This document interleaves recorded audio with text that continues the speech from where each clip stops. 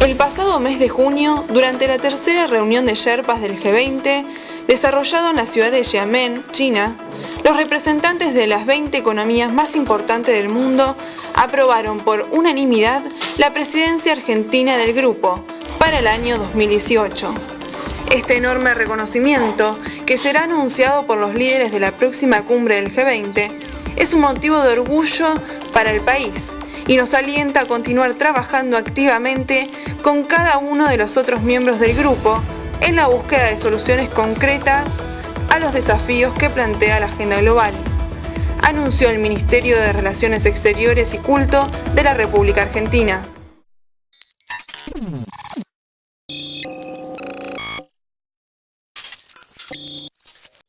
El Grupo de los 77 se estableció el 15 de junio de 1964 por 77 países en vías de desarrollo al final de la primera sesión de la Conferencia de las Naciones Unidas sobre Comercio y Desarrollo en Ginebra. Actualmente integra a 134 países, 56 países de África, 37 de Asia, 31 de América, 9 de Oceanía y un país de Europa. Constituye el 60% de la población mundial y el 31% del Producto Bruto Global. El Grupo de los 24 se conforma en 1971 como parte de los capítulos del G77. Los países en vía de desarrollo que lo conforman son Argentina, Argelia, Brasil, Colombia, Congo, Costa de Marfil, Egipto, Etiopía, Filipinas, Gabón, Ghana, Guatemala, India, Irán, Líbano, México, Nigeria, Pakistán, Perú, Sudáfrica, Sri Lanka, Siria, Trinidad y Tobago y Venezuela. El colapso del sistema financiero internacional de Bretton Woods en 1971, cuando Nixon desliga el dólar del respaldo en oro y entra en funcionamiento la libre flotación de las divisas, agudiza aún más la crisis del petróleo y la recesión global. Como consecuencia, el secretario del Tesoro estadounidense, George Shultz, organizó una reunión con los ministros de finanzas de los países más importantes de la época, dando como resultado, en 1973, el Grupo de los 5, proveniente del Library Group. El G5 estaba conformado por Estados Unidos, Francia, Alemania, Japón y Reino Unido. Para 1975 se suma Italia conformando el G6. En 1976 se suma Canadá conformando el G7.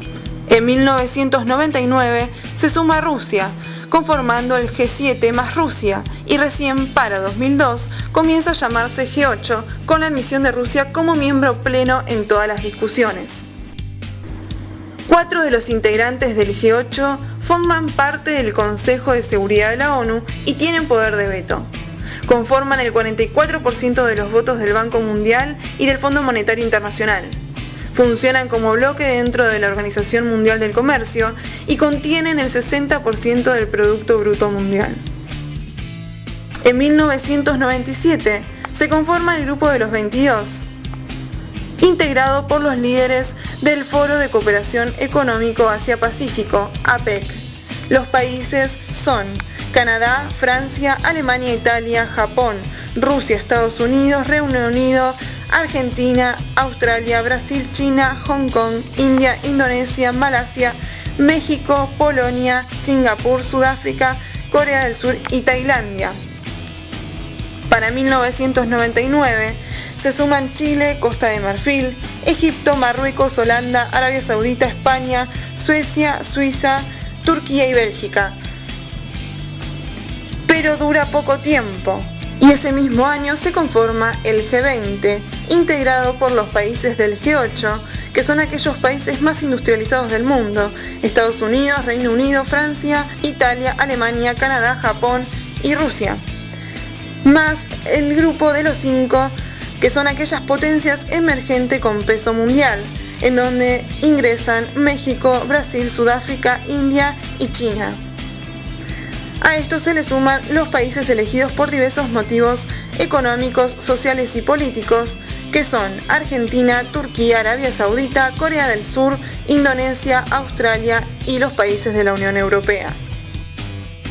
El Grupo de los 20 es uno de los principales foros de coordinación económica y financiera internacional, que a partir de la crisis del 2008 tomó mayor protagonismo.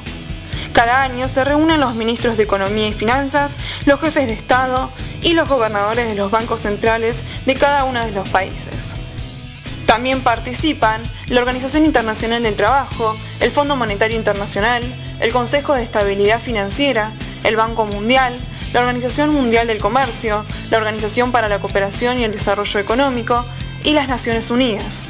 La presidencia alemana del G20 para el 2017 también invitó a la Organización Mundial de la Salud, a Noruega, a los Países Bajos, a Singapur, a la Unión Africana, al Foro de Cooperación Económica Asia-Pacífico y a la nueva Alianza para el Desarrollo de África.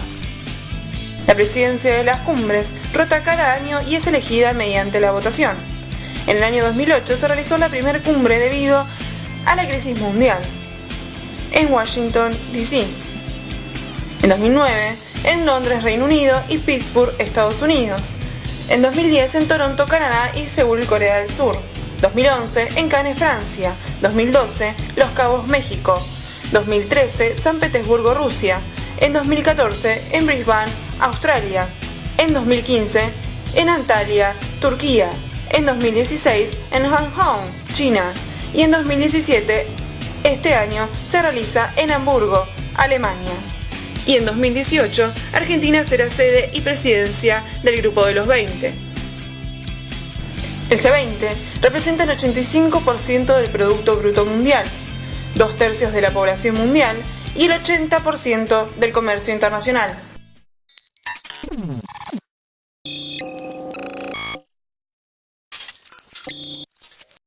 Yo creo que el G20 como sistema de intervención a escala global es tal vez la forma más sofisticada de la nueva governance neoliberal que permite gestionar las relaciones de poder en el mercado mundial y en el sistema geopolítico de una forma mucho menos legítima, mucho menos sometida a control democrático y mucho más abocada a crear ese bloque transnacional que está de alguna manera gestionando la economía mundial, a reforzar esas comunidades epistémicas que están definiendo qué es lo que es legítimo y no en términos de políticas económicas, de políticas sociales, de soluciones geopolíticas, y evidentemente a sustraer ese debate de las organizaciones que a priori deberían tener esa función en sus manos, como son Naciones Unidas.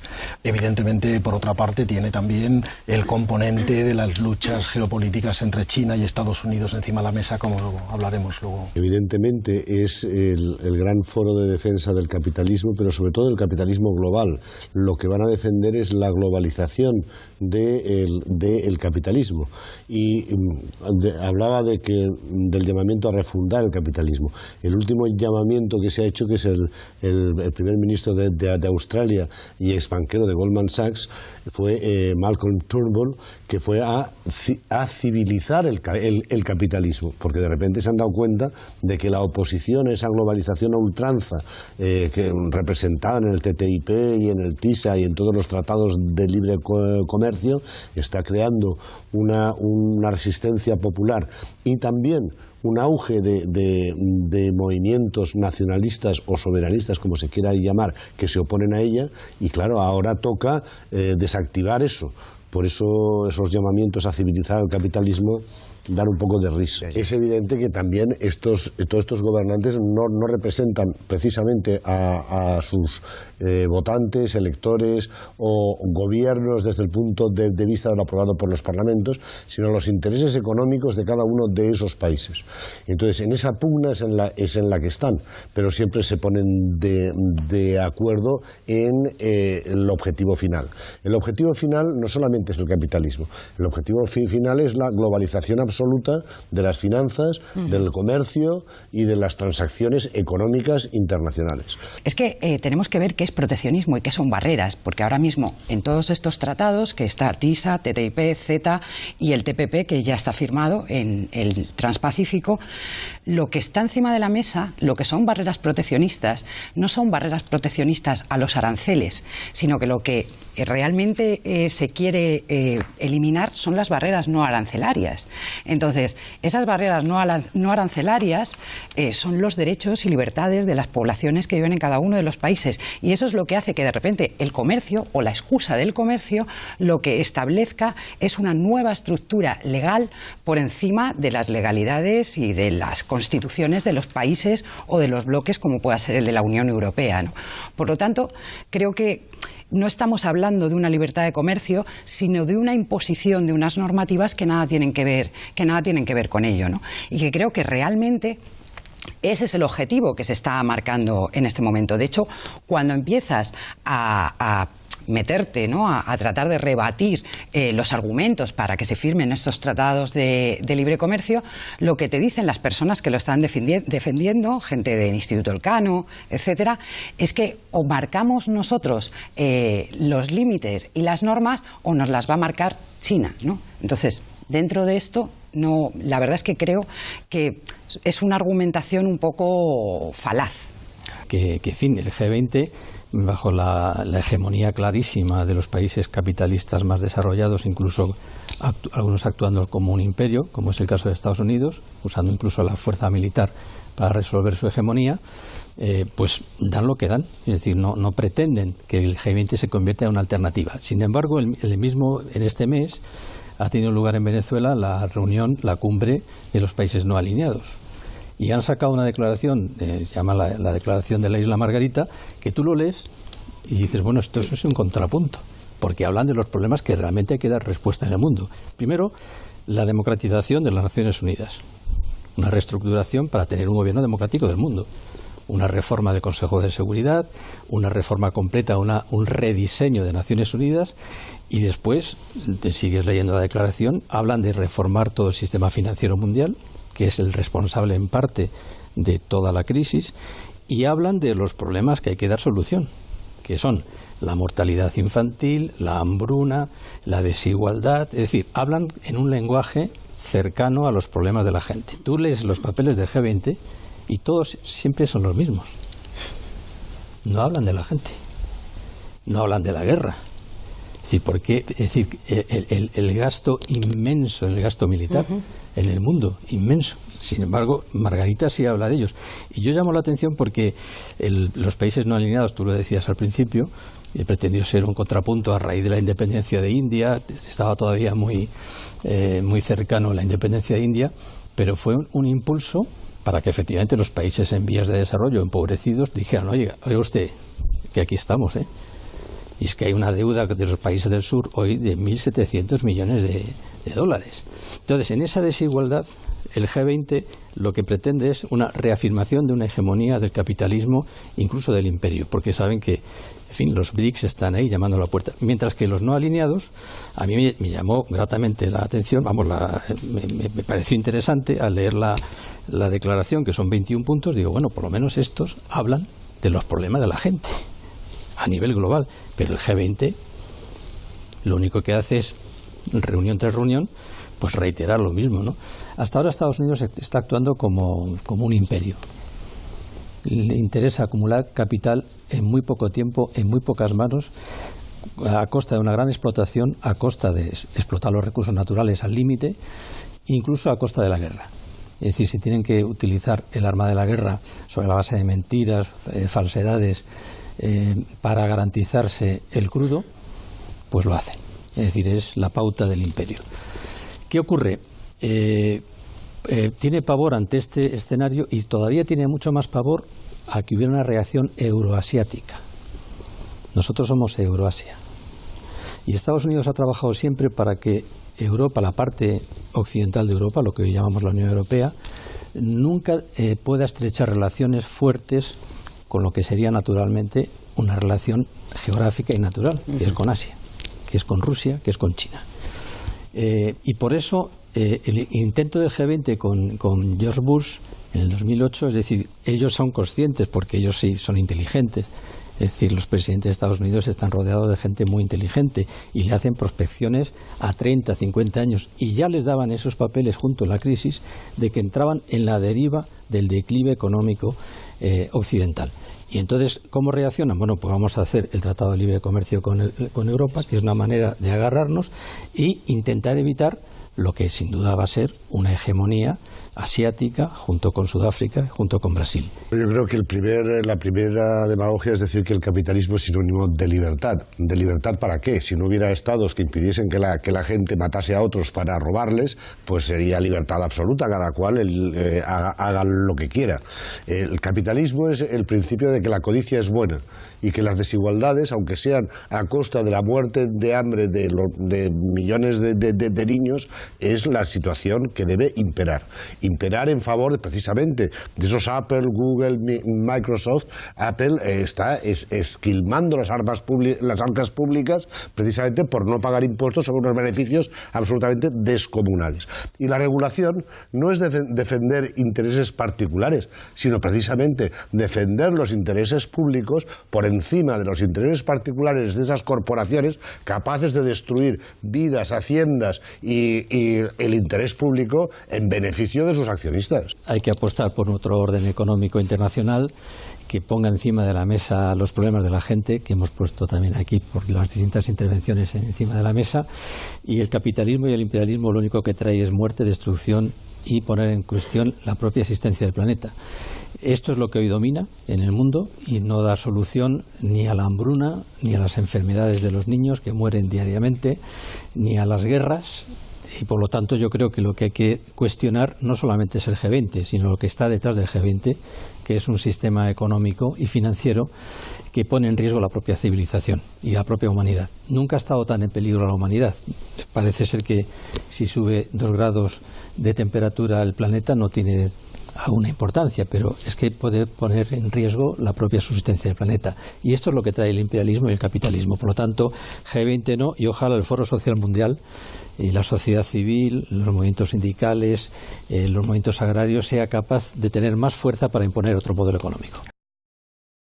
Es por esto que con cada cumbre que se realiza por año, también se realizan las movilizaciones en contra del G20. Múltiples protestas se realizan al sur de Francia. Una vez más, los manifestantes denuncian la falta de compromiso y responsabilidad de los líderes mundiales del G20 por la ausencia de políticas más sociales. En las oportunidades, los líderes de países desarrollados y emergentes incumplen sus propios.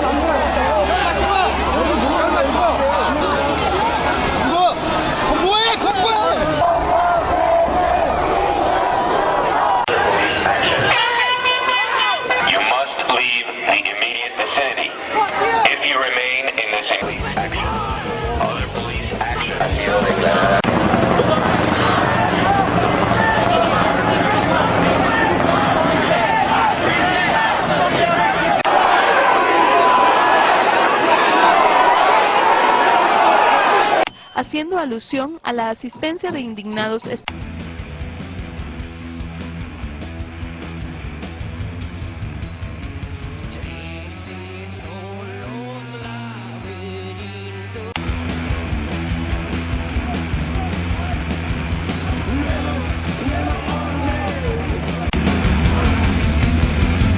Para salvar a los bancos son ante el temor. En una marcha que finalmente se desarrolló sin más incidentes. El G20 no debe apoyar a los gobiernos y a las grandes corporaciones que financian el ecocidio y el genocidio de nuestro pueblo y nuestro planeta. Queremos sencillamente que los pobres del planeta sean tomados en cuenta y que todo lo que ocurra en el mundo tenga en cuenta los derechos humanos. Para los asistentes es hora de que los gobiernos escuchen la voz del pueblo. Argentina podría ser expulsada del Fondo Monetario Internacional, según informan varios medios británicos. Además comentan que a esta acción le seguiría la salida del país del G20. Me parece que podría interesarle a quienes les disgusta las decisiones económicas que toma la Argentina, su fuerte crecimiento económico en forma independiente de los mercados financieros internacionales, en no aplicar las políticas que generalmente recomiendan organismos como el Fondo Monetario Internacional. Argentina fue invitada al G20 en el año 99, cuando acá gobernaban gobiernos cercanos a los intereses norteamericanos, y bueno, luego cuando hubo un cambio en el siglo, hay gobiernos progresistas que piensan con un proyecto de desarrollo económico con autonomía, no dependiente de los intereses norteamericanos, esto obviamente le causa molestia a algunas potencias. 51% del patrimonio de YPF Sociedad Anónima.